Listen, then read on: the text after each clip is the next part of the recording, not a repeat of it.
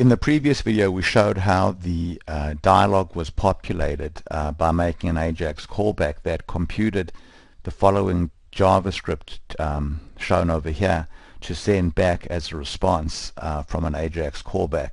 And so now we're going to discuss helper functions that Xbasic developers can use to help generate this JavaScript response.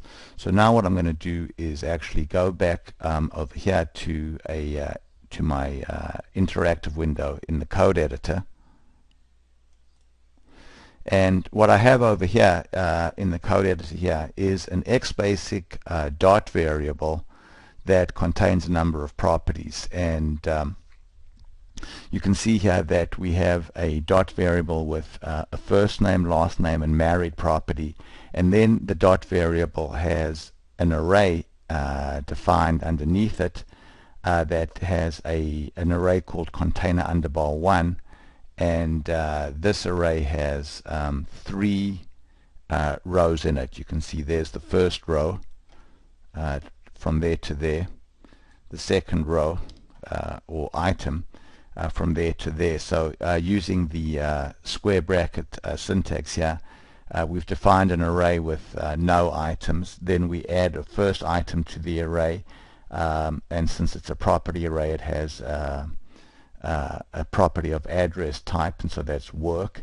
And then by using the dot dot syntax here, we're basically now adding new properties to the first array entry.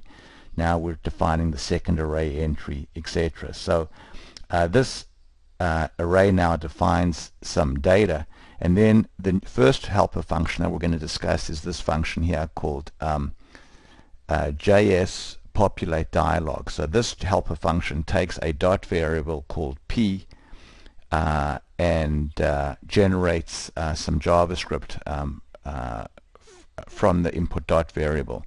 So let's actually go ahead now and run it, and we can see now that the first item that is inside PR, which is pr.populate controls, looks like this. And if you look at this, this clearly matches the sample that we showed that was populating the dialog from the button in the previous video. So we can see here that there is inside our JavaScript object underbar D, there is first name, last name, and married, and these are the 3 items that are at the top level of the dialog. And then in the repeating section, which has an ID of container 1, you can see here that we've got address type :1, which means this is the first row, address :1, which means this is the address control, also in the first row, and then the city control, also in the first row. Then now we have address :2, so this is the address type field in the second row. It has a value of shipping. And then this is the address field in the second row, and then the city field in the second row, and then finally the address type, address, and city fields in the third row of the repeating section. So now if we were to go, for example, and maybe add a second repeating section or add another row to the repeating section, we can see it would be very easy. You can just go there and then just copy that code out and go there and just make this say vacation, and then let's go here and type in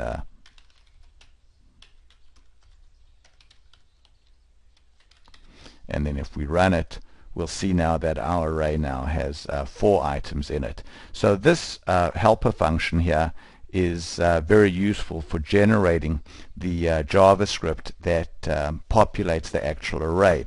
In the next video, we're going to discuss how to actually generate this Xbasic dot variable that contains the data that you'd like to populate the dialog with by querying a SQL database to retrieve the data from the database in this array format, so that we can pass that into the Dialog JS Populate dialog format. Thank you.